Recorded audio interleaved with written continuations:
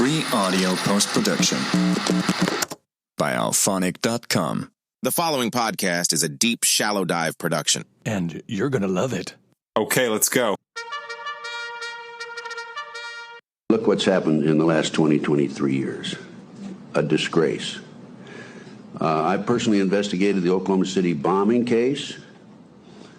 Huge cover-up. Jack Kennedy's assassination, huge cover-up. Bobby Kennedy's assassination, huge cover-up. World Trade Center, huge cover-up. Damn, bro, like rattled them all off. All right, so that was Ted Gunderson, an ex-FBI agent that basically became a whistleblower. And it's pretty funny. As soon as you become a whistleblower when it comes to things like that, you automatically, like Wikipedia, if you look them up, they're like, Ted Gunderson, known conspiracy theorist. All right, let's listen to the rest of this. Okay, terrorism. They're using it as an excuse to take away our constitutional rights and our civil liberties. The Bilderbergs,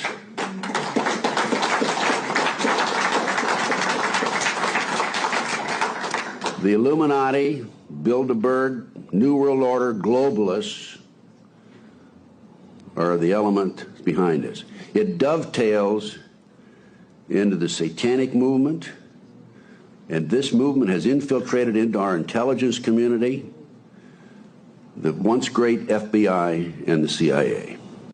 All right, I seriously don't remember if I've played that before, but as I was going through my reservoir of clips before I delete them because they're taking up too much room on my machine, I wanted to make sure I played that because, man, he talked about so many good things. And again, this is a guy, Ted Gunderson, who served in the FBI for 3 decades, for 30 years. And again, when he finished, he kind of probably saw so much. And, you know, who knows what motivates people to basically come out, whether it's their conscience or who knows? I mean, honestly, who knows? But I have a feeling if you are, you know, if you're a certain kind of person that maybe lives by a certain kind of code or kind of morals or ethics or whatever you want to call it, and, you know, you dedicate your heart and soul to something and then find out that something really was being manipulated for the wrong reasons. It actually reminds me of Alan Shabaro, you know, the episode I did with Alan, who was, you know, a badass. I forget if he was Green Beret or Special Forces, but this guy, man, he is such a nice guy, and I've kept in touch with him. We've had a bunch of conversations. He's actually kind of traveling Southeast Asia. But what really resonated about him with me is he's a little bit of a tortured soul right now because, I mean, he probably did some things, and he did them under the name of, you know, I guess protecting democracy. And then he realized that the people that he did them for, not the democracy, the people that he did them for were using that as, quite frankly, a cover to again create this endless war on terror or endless set of forever wars. Telling you, man, it is big business. Listen to this one part that Ted said again, because it actually dovetails. I'm going to use a Ted Gunderson expression, dovetails on a conversation I had yesterday with somebody. Terrorism. They're using it as an excuse to take away our constitutional rights and our civil liberties. Terrorism, they're using it as an excuse to take away our constitutional rights and civil liberties. Okay, I mean, that's definitely plausible. But, you know, I think the bigger part of this terrorism, war on terror, and I'm telling you, man, I have a feeling it's coming again, is that it is just a blank check. It's a blank check. And I had a buddy call me yesterday and he said, "Hey, I just listened to this episode and, you know, I wanted to kind of share something with you." And I was like, "All right, cool." And he's like, "You know, our our next door neighbors are practicing Muslims. And I was like, okay. And he's like, obviously I know you're not a practicing Muslim. And we started laughing. And I said, okay, well, what do you what do you want to say about that? And honestly, I mean, this is a guy I've known a long time. And but again, man, it's like even people you know a long time, obviously you've never had these kind of discussions with a lot of people. So I didn't really know what direction he was going to take. And he took a great direction. And he said, I just wanted to tell you, like, we've spent a lot of time, and ever since listening to your podcast, I spent a lot of time. I guess him and the husband are like super close, and they go for walks together, and like they're like bromance type. And he's like, he's just helped me understand, quite frankly, just how different the people that are actual practicing Muslims are than that narrative, and that narrative of like, radical Muslims and all that. And I was like, dude, that's super cool. I'm like, well, what has he shared with you? He's like, it's not even so much what he shared with me, but it's the way they live their life. And they've invited us over as a family to so many of their gatherings. And when all of their groups of friends come along, he's like, these are like the most peaceful, nice, kind people in the absolute world. And he's like, there's zero animosity, there's zero anything. And he's like, it's just crazy to me that again, the average person in America who doesn't have exposure to anything besides what really what's being played on the news would think that all Muslims are radical. And I was like, well, listen, I mean, that is an incredible perspective you have. But think about it. I'm like, you have that perspective because you've gotten to know somebody and you've gotten to interact with somebody of that faith. I said, you might not have that perspective had you not lived next to these guys and not interacted with them. He said, yeah, I totally get that. And, we didn't really come to any conclusions or whatever, but I thought it was really interesting. And again, he is like white as white can be. And I don't know if he's Christian or Catholic, but I know they go to church every Sunday. And so obviously he's religious on that side. But anyway, I thought it was really cool that like they have, I don't know, gotten to really know each other on a personal human to human level. And it seems that instead of immediately criticizing and being negative about their religious differences, they kind of have taken the time to understand one another's and quite frankly appreciate the differences in religion. Anyway, I thought that was really cool. All right. You know what? Speaking of that, I was thinking about this. I've been thinking about this a bunch. I recorded another podcast episode with Pastor Dr. Dan Teal. That is coming out soon. I also recorded an episode with this guy I met, man. He's a younger guy. He's a 26-year-old guy. His name's Caleb Dix. And if you follow Deep Shallow Dive Instagram, you've probably seen some stuff. Anyway, he's a former Marine who has like 5 or 6 years of military experience. And again, just Christian upbringing. I think he said he grew up in Iowa or Idaho, one of the two. Anyway, we recorded a really great episode, and that's coming soon as well. And he took a trip to the West Bank, and man, it was pretty wild, the things that he shared and obviously that he saw and experienced with his own eyes. So anyway, that's coming. But my point is on the religious stuff, especially when it comes to Christianity and Catholicism and, being a Protestant and all that. Like, I've said this before. When I ask people the differences, they rarely know. And even Pastor Dr. Bob, I can't say he was able to clearly articulate it for me. So the other day, and I've been meaning to read this, so I asked ChatGPT, let me read this because, man, it finally made sense to me. So I thought I'd share this because, I don't know, I just think this is good information for us to understand. So I'm not going to bring him on, but I'll just read it. I said, my friend says he's Catholic. My other friend says he's Christian.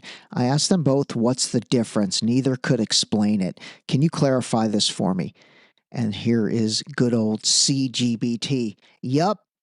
this one trips a lot of people. This is a zesty ChatGPT. So again, this one trips a lot of people. Here's the simplest breakdown. All Catholics are Christians, but not all Christians are Catholics. Here's why. Christianity.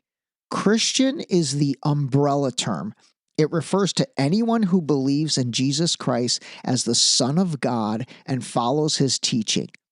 Underneath Christian, there are three main branches of Christianity: Catholicism, which is the largest; Protestantism, which includes Baptists, Lutherans, Methodists, and evangelicals; and then Eastern Orthodoxy.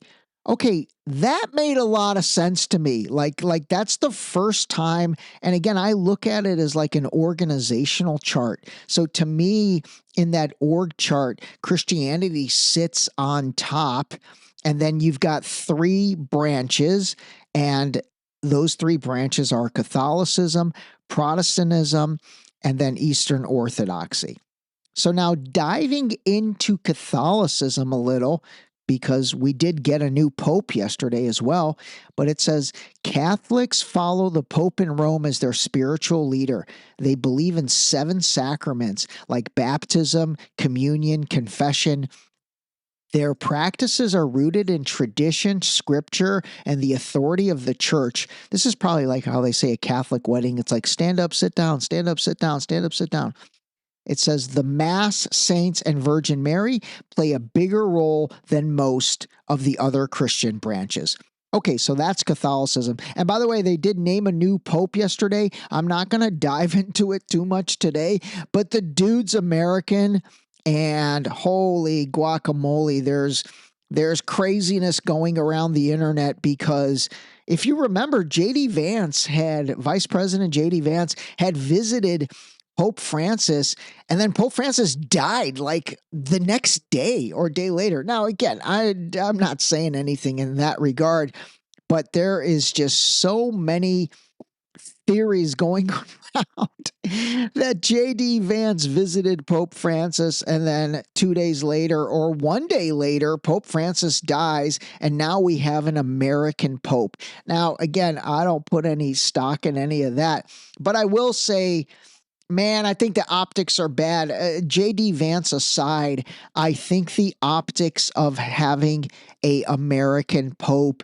with everything that's going on with the Trump administration and quite frankly, their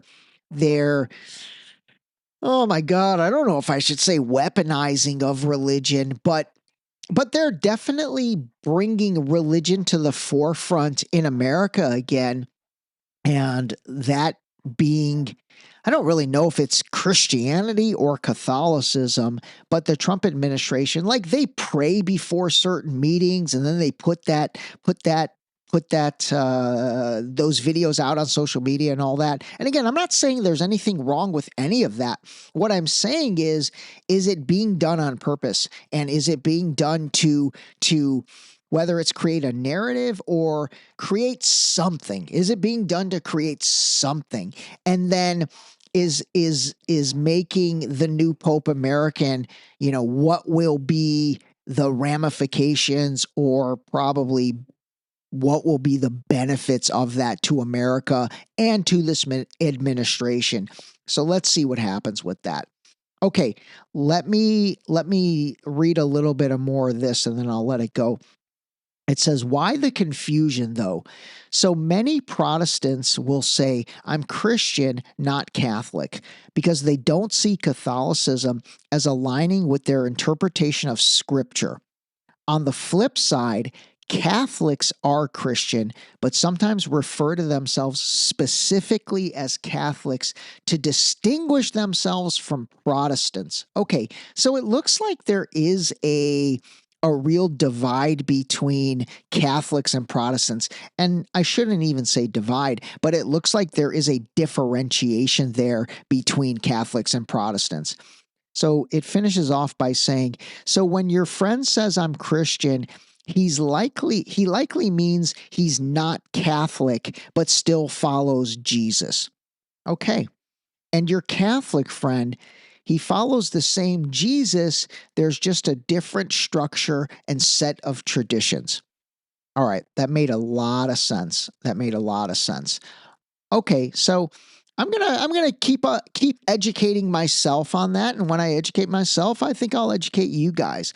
All right, so we talked the Pope. Let me see what else. Oh, you know what? I did want to play this clip. I need to listen to the full interview that she did on Tucker Carlson, but this is a lady named Catherine Austin Fitts. She actually has gone viral several times. So she's been around since the Bush administration, George H. Bush, like Papa Bush. And she's a former high-ranking U.S. government official turned outspoken financial analyst and critic of centralized power structure. She served as Assistant Secretary of Housing and Federal Housing Commissioner at HUD during George H. Bush administration from 89 to 90. Okay, let me skip to this part. So it says, in recent years, Fitts has gained attention for her controversial views on topics such as central bank digital currency, surveillance, and the concept of a digital prison, a term she uses to describe a future where financial and personal freedoms are heavily restricted through technology. Anyway, that is definitely part of what a lot of people are talking about. And so let me play this clip, and there's going to be more I'm going to play from Catherine Austin Fitts because she is a very, very intelligent lady and somebody that, has gained quite an audience on these topics. Let me be dark for a second. If you look at the first Trump administration, he shut down Main Street. He injects $5 trillion into Wall Street, or the Fed does, and Wall Street buys Main Street, right? Yeah, pretty much, yes. Now, this time we're shutting down Main Street again because this is really going to hurt small business, right? So really quick, just think about that conceptually. COVID happened, Main Street shuts down, small business America got shut down because of COVID. All this money got injected in terms of the stimulus packages, like trillions of dollars got printed and injected, artificially into the economy because of the stimulus packages. But the middle class and small to mid-sized business in America definitely suffered because of COVID. I mean, so many of my favorite restaurants never bounced back, and other retail entities and retail establishments that are really the bread and butter of America, being small business, never bounced back. So now that was because of COVID. I think now she's going to get into the next potential opportunity / playbook / catalyst. And I'm sure you can guess what I'm about to say, but starts with a T, ends with riffs. So last time he bankrupted 35% of the small business and centralized a lot of that market share into big business. So that was the pandemic game, right? Yeah. But now we're playing the tariff game, and it's going to do something similar. The question is, how do you inject the money? Doesn't look to me like the Fed's going to do it. Not yet. I think they will eventually. Well, are they trying to use crypto for some of it? I don't think so. We'll see. I don't think that would work.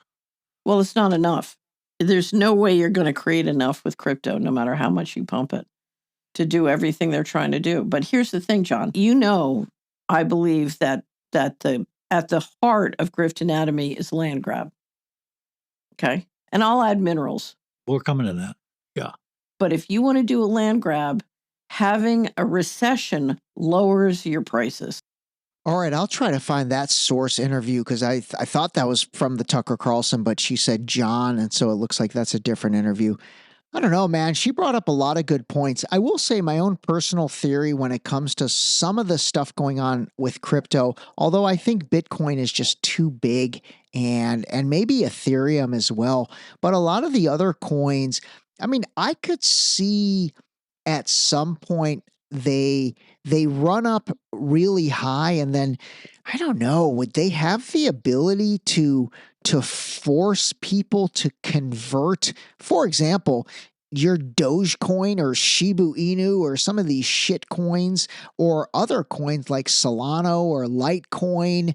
I don't know if you're in the crypto game, you know these terms. If you're not, just think of them as like secondary and tertiary cryptocurrencies that quite frankly don't have the scale and size and market capitalization of Bitcoin and Ethereum. Those are the two big kahunas. Bitcoin and Ethereum are the two big kahunas.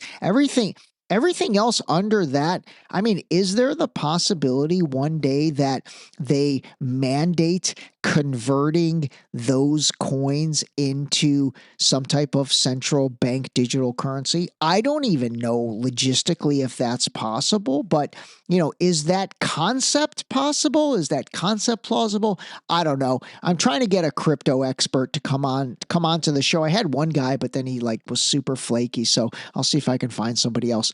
All right, next topic. All right, this is funny. I have to play this. So this was a clip from the Joe Rogan and Ian Carroll interview that Ian went on Rogan maybe a month or so ago. But this is two dudes that are talking about something and neither one of them really wants to say what they really want to say. Who do you think did 9/11? Or what conglomerate of groups do you think were involved? Well, for sure, the Saudis were involved, right? I mean, a lot of the people were Saudi. A lot of the people were Saudi. I don't know if that necessarily means that the Saudi government had anything to do with it. It could mean it was just people that were recruited by another organization that were with the Saudis. What do you think happened at Tower 7? I think that's a good question. I don't know why I found that so funny. It's like they're both asking each other and neither one's really giving an answer. What do you think happened at Tower 7? I think that's a good question. I'll tell you who you should ask. You should ask my man Richard Gage. He'll tell you what happened at Tower 7. Building 7, I should say. WTC 7. Yeah. Richard Gage, he knows what happened.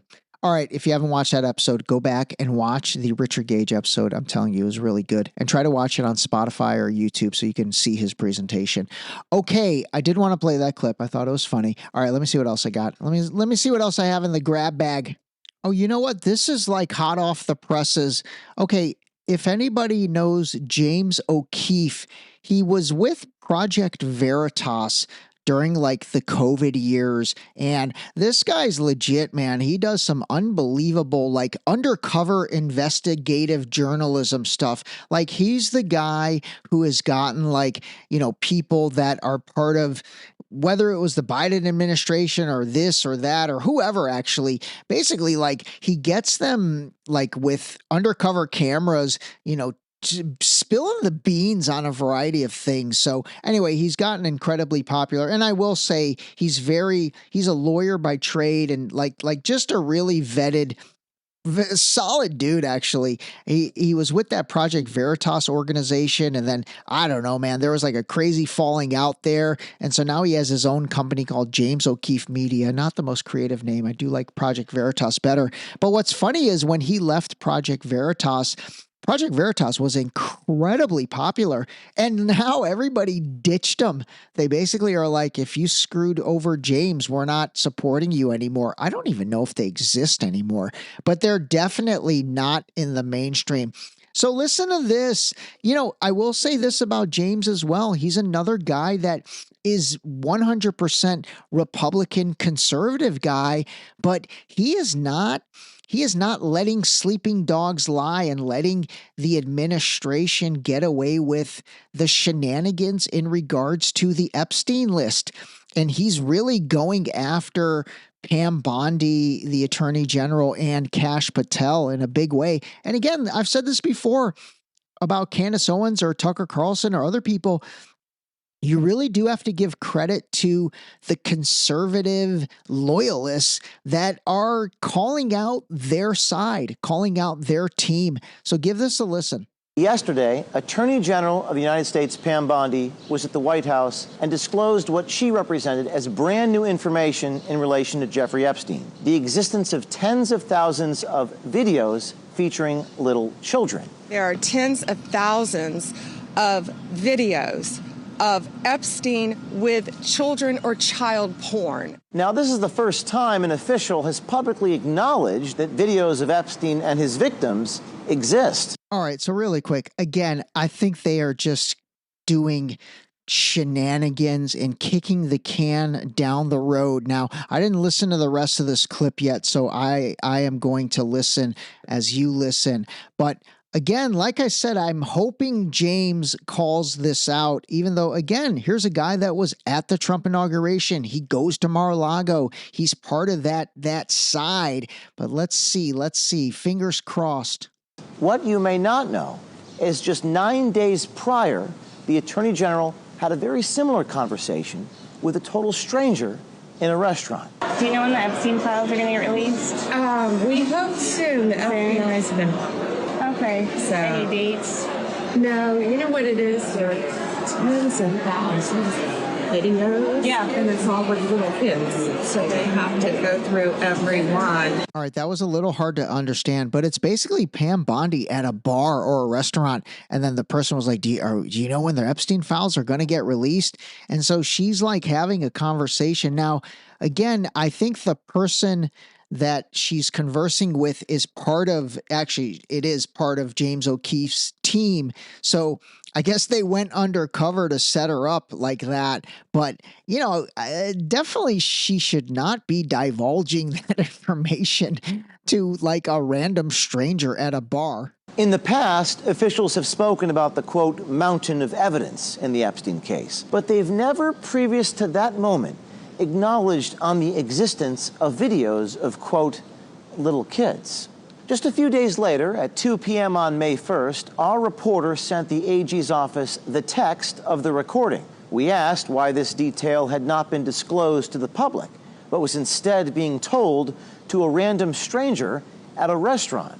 The Attorney General used almost the exact same language as she did with the stranger in the restaurant, language that we shared with her press office. There are tens and thousands videos. Yeah. And it's all with little kids. So now it's the interview or press conference that Pam Bondi held. And so listen to what she says in a press conference. There are tens of thousands of videos of Epstein with children or child porn. Now, we hesitated to publish this story, but believe, like we did yesterday, that the public has a right to know. And this one raises serious questions. On one hand, why did our country's highest law enforcement official share this information first not with the American people, but with a self-described nanny at brunch? But more importantly, why was this information held back in the first place? Does this show that a government apparatus is still working behind the scenes to protect powerful people involved in the scandal? Based upon the response to our Epstein story yesterday, it's clear that the American people want answers, and they want accountability. All right. So anyway, I played that because, again, the interest on the truth on the Epstein files is not weaning. It is not weaning. It is not going away. People want the truth, but I just can't see us getting it. I have a feeling my prediction and the way she set that up, that like there's tens of thousands of videos of Epstein. Notice she kept on saying of Epstein. So I think they're just going to blame it all on Epstein. It's like they're just going to pin everything on him, and they're going to make him out to be kind of, the demon and monster and blah, blah, blah, blah, blah. And like try to like almost like do a what is that term I'm looking for? What is that term I'm looking for? All right, I can't think of that term, but like a misdirection, or they're just going to try to pin everything on Epstein. I don't think that the truth of who the people were, the powerful people involved, I don't think they're ever going to give us that. Anyway, we shall see. All right, we're coming up on 30 minutes. Have a great weekend. Get your steps in. Enjoy your time with your friends and family, quality people. I am going to work on my book again this weekend. Happy Mother's Day to all the moms out there, especially our mom. And that is about it, everybody. Call a spade a spade. That was a great way to end it. This episode was brought to you by the new book, Deep Shallow Dive Into You, available now on Amazon and Barnes & Noble in hardcover and paperback. Don't forget to sign up for our new mailing list on our website at deepshallowdive.com. free audio post-production by alphonic.com.